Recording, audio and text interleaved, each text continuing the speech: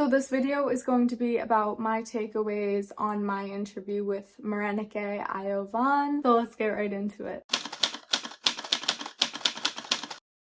Okay, so my first takeaway is no job is too small. And the reason why I say that is starting off in any field, you have to have realistic expectations. And even if you have like a small job or what you would consider like a small role, maybe like in a lab setting, for example, you're starting somewhere, and chances are that whatever you're doing, even if you think it's not as important as publishing a paper, it has a role in the lab, therefore it's important. So an example Morenike gives is she started it as an intern alphabetizing files, and then she would put it in a data room. So obviously this seems like very kind of like pointless and like what's the point of what I'm doing, but then she says that they moved to a digital database, so of course then she comes in handy because she knows she has the skills, the info, she's the one who managed those files in the lab. So now all of a sudden she's really helpful when that became more of a priority to the lab. And flash forward, in the interview she was saying that those skills are actually really important in her job now. So this is kind of just an example of how, and then I'm kind of quoting her,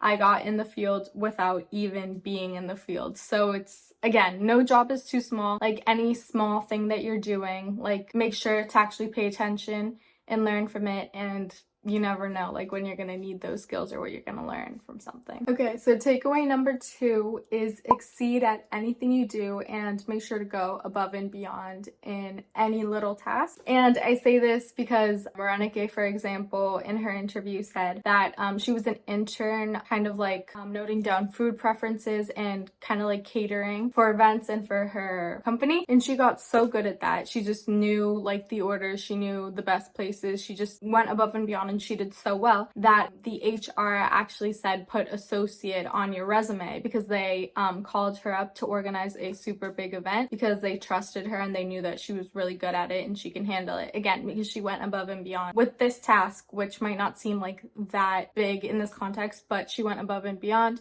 She got a boost in her resume. An example in the laboratory, for example, because I'm actually an intern at Harvard right now, is you can start, like for example, labeling little like Eppendorf tubes, which they're going to be using to run experiments. But then like from there, if you get really good at that, if you prove that you can do it quickly and you do it well then maybe they might call you to do something else kind of like concerning that. So for example, like noting down sizes of, if they need like a scribe, you can note down, like what they had me do is note down the sizes of tumors in mice, and as well as glucose levels and other data. So again, these are like small steps that are, you know, you're getting more experience, you're getting more exposure every time, but this comes from doing the best at whatever's asked of you, and then they'll call you for something bigger and you'll just keep going up and up. So my third takeaway is just talk to anyone about your interests, basically blab about what you're doing and about your interests with anyone who will listen. So you should do this in general with like anyone when you're trying to get into a field, but especially with adults, obviously, if you're in situations where you know like, oh, this might be connected to someone I know, or like something I want to get, some internship I want to get, some person I want to meet. But I say this because in the interview, Morenike actually said that she blabbed about kind of like her life goal, where she wanted to be to everyone and anyone, and she talked to a guy who actually made a crazy connection between her and where like she wanted to be, or the company she wanted to be at. He said, I actually know someone in my softball intramural club. So it's like those crazy connections that only come if you put yourself out there and you just talk about what you want to do. This is kind of like my own example that kind of has to do with this, but I was just talking with my uncle about schools I want to apply to and why I'm interested in them. For example, like I was saying like, oh, this program, I like the campus, whatever. And basically he said like, oh, I actually have a friend who went there who's interested in the same things, in like he's in a biomedical kind of like career, also neuroscience, which I'm also really interested in, and that's perfect. Like I can make that connection because I talked about what I'm interested in, where I want to apply. Okay, takeaway number 4 that has to do with number 3, but number 4 is be diligent and be relatable. So this kind of has to do with the last one because it kind of ties into talking about anyone about what what you want to do. But yeah, kind of like be in these conversations, being able to show that you've been diligent, that you're sharing these things, that you're taking steps to get to where you want to be. You're showing that diligence, you're showing parts of yourself that are impressive. That makes people more likely to help you, and just expressing yourself in general makes you more impressive, makes people more likely to help you. And just people skills and connections are just so important. So just sharing and just like taking these independent steps are really crucial. But this also has to do with being relatable, because if you keep everything kind of like to yourself, then you're not kind of like opening yourself up to other possibilities. You're not showing that you kind of like trust someone. You're not like sharing your passion, and like that makes, if you do that, that just makes people want to trust you more. Chances are, like, depending on how you communicate it, if you communicate it, you're probably gonna end up, if you're chill about it, you're probably gonna end up being relatable, and chances are people are gonna want to help you, they're gonna like you. And my final takeaway is passion helps, but find a balance of being idealistic and practical.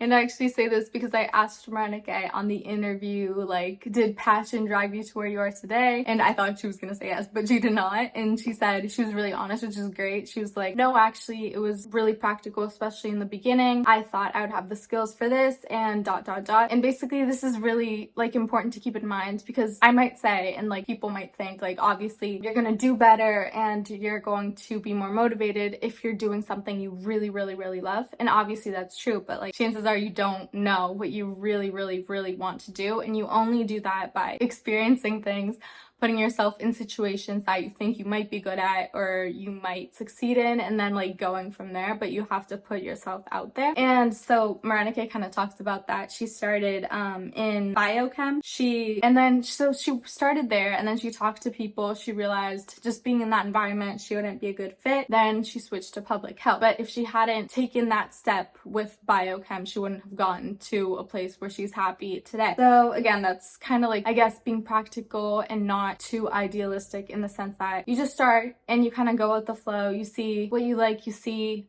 where your strengths are kind of like met as well. And just don't be too idealistic with, oh, I need to go here, I need to do this, because chances are you could be better suited or more happy in something else. So those are my takeaways on my interview with Morenike. I hope you guys learned a lot, and I'll come out with another video soon. Bye!